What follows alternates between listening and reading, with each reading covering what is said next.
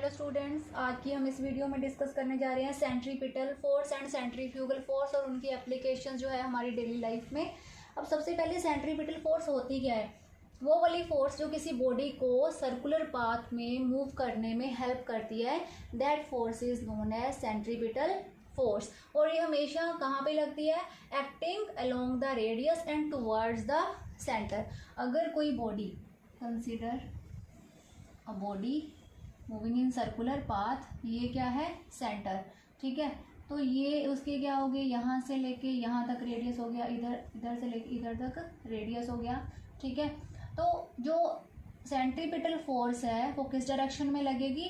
Towards the centre. अगर ये radius है टुवर्ड्स द सेंटर, ठीक है, इधर से भी टुवर्ड्स द सेंटर, मतलब which help to move a body in a circular path. अब एक और चीज़ है जो हम यहाँ पे डिस्कस करेंगे, यूनिफॉर्म सर्कुलर मोशन के बारे में। अब यूनिफॉर्म सर्कुलर मोशन क्या होता है? जिसमें जो स्पीड है ऑब्जेक्ट की वो कांस्टेंट रहती है, लेकिन जो वेलोसिटी है वो हर पॉइंट पे क्या होती है, इसकी चेंज होती है। सिर्फ स्पीड जो है वो सेम होती है। तो अगर उसकी वेलोसिटी चेंज होएगी तो क्या होएगा, जो सेंट्रीपिटल एक्सेलेरेशन है वो भी क्या होएगा, वेरिएबल होएगा। इसी वजह से जो सर्कुलर मोशन होता है वो एक एक्सेलेटेड मोशन होता है। ठीक है, स्पीड कांस्टेंट रहेगी, लेकिन जो वेलोसिटी होती है सर्कुलर पाथ में वो हर एक पॉइंट पे क्या हो जाती है, वेरी कर जाती है, डिफरेंट होती है। ठीक है, मान लो इधर ये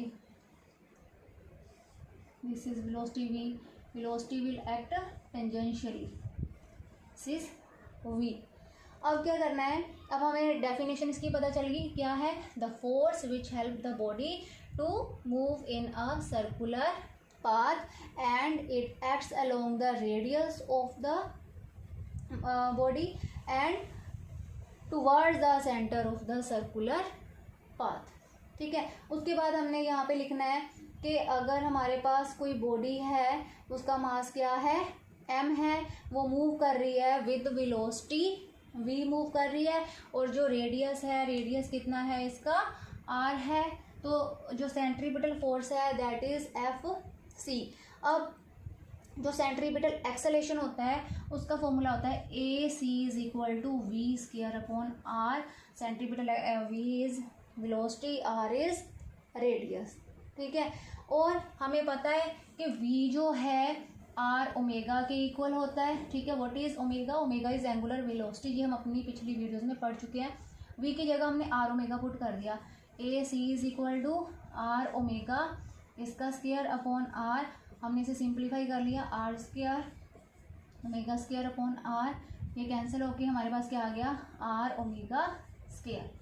अब हमें पता है कि सेंट्रीपिटल जो फोर्स है, फोर्स होएगी मास इनटू सेंट्रीपिटल एक्सेलेरेशन। सबसे पहले हम ये वाली वैल्यू पुट करेंगे। एक हमारे पास फॉर्मूला आ जाएगा सेंट्रीपिटल फोर्स का, m इंटू ए की जगह क्या पुट कर दिया, वी स्क्वायर अपॉन आर। ये आ गया हमारे पास फर्स्ट फॉर्मूला सेंट्रीपिटल फोर्स का। अब सेकंड में हमने क्या पुट कर देना है, आर ओमेगा स्क्वायर। फिर से Fc is equal to M R omega square. ये आ गया हमारे पास second formula in terms of angular velocity. अब हमें पता है ओमेगा किसके इक्वल होता है, 2 pi by T, 2 pi upon T. तो हमने क्या पुट कर दिया, यहाँ पे ओमेगा की जगह 2 पाई अपॉन टी पुट कर दिया, तो Fc कितना आ गया, M R 2 pi upon T का स्क्वायर, ओपन किया ब्रैकेट, एम आर 2 का square 4 into pi square upon T square. तो क्या आ जाएगा हमारे पास, इसे सिंप्लीफाई करके Fc इज इक्वल टू 4 आगे आ जाएगा। ठीक है, एम पाई स्क्वायर भी आगे आ जाएगा, एम आर टी का स्क्वायर। ठीक है, अब हमें पता है एक तो ये आ गया 4 pi square M R upon T square, upon T square, एक फॉर्मूला आ गया हमारे पास ये। उसके बाद हमें ये भी पता है कि ये तो हमने लिखा है अपॉन टी की फॉर्म में, omega is equal to 2 pi nu, तो न्यू क्या हो जाएगा, यहाँ पे हमने ओमेगा की जगह 2 पाई न्यू पुट कर दिया। Fc is equal to M R 2 pi nu, मतलब फ्रीक्वेंसी की फॉर्म में F C is equal to क्या आ जाएगा, 2 का स्क्वायर 4 पाई का स्क्वायर, ठीक है, एम आर न्यू का स्क्वायर। ये आ गया in terms of frequency centripetal force. तो हमारे पास 4 फॉर्मूले आगे सेंट्रीपिटल फोर्स के, F C is equal to M V square upon R, फिर in terms of angular velocity M R omega square, in terms of time period F C is equal to 4 pi square M R upon T square, और in terms of frequency 4 pi square M R nu square. अब इसके बाद हमने ना इसकी applications करनी है। Application जो है सेंट्रीपिटल फोर्स की, कहाँ कहाँ हमारी डेली लाइफ में सेंट्रीपिटल फोर्स जो है वो होती है। अगर सेंट्रीपिटल फोर्स ना हो तो कोई बॉडी सर्कुलर पाथ में, क्योंकि ये बैलेंस करती है, ठीक है।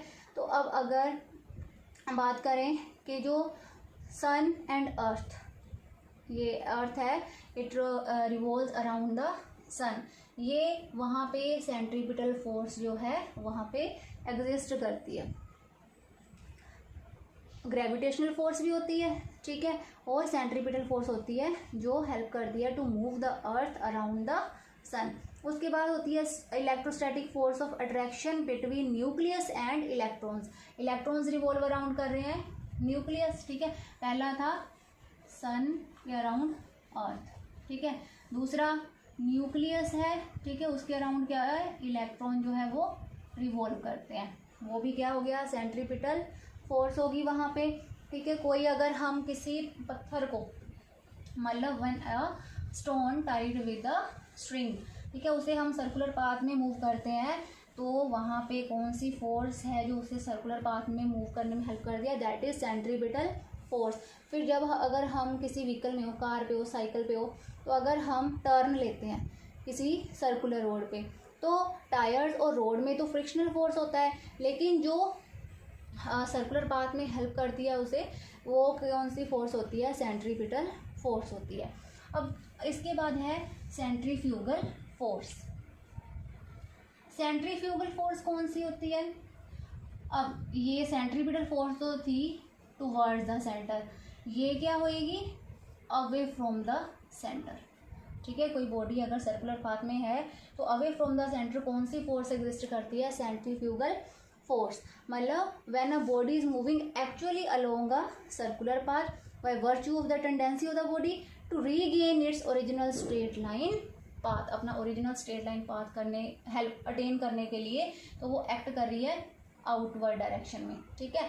जो सेंट्रीपिटल फोर्स थी वो स्ट्रेट से किस में लेके आया, स्ट्रेट से सर्कुलर में लेके आया, ठीक है।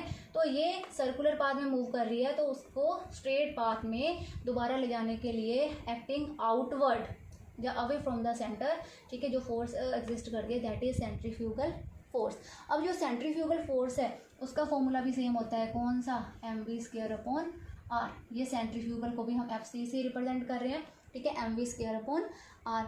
अब इसकी एप्लीकेशंस कौन सी है, एप्लीकेशंस है वॉशिंग मशीन में अगर हम अपने क्लोथ्स वॉश कर रहे हैं, ठीक है, वहाँ पे कौन सी है, सेंट्रीफ्यूगल फोर्स। उसके बाद क्रीम को अगर हम मिल्क से सेपरेट कर रहे हैं तो वहाँ पे भी कौन सी फोर्स है, that is application of centrifugal force.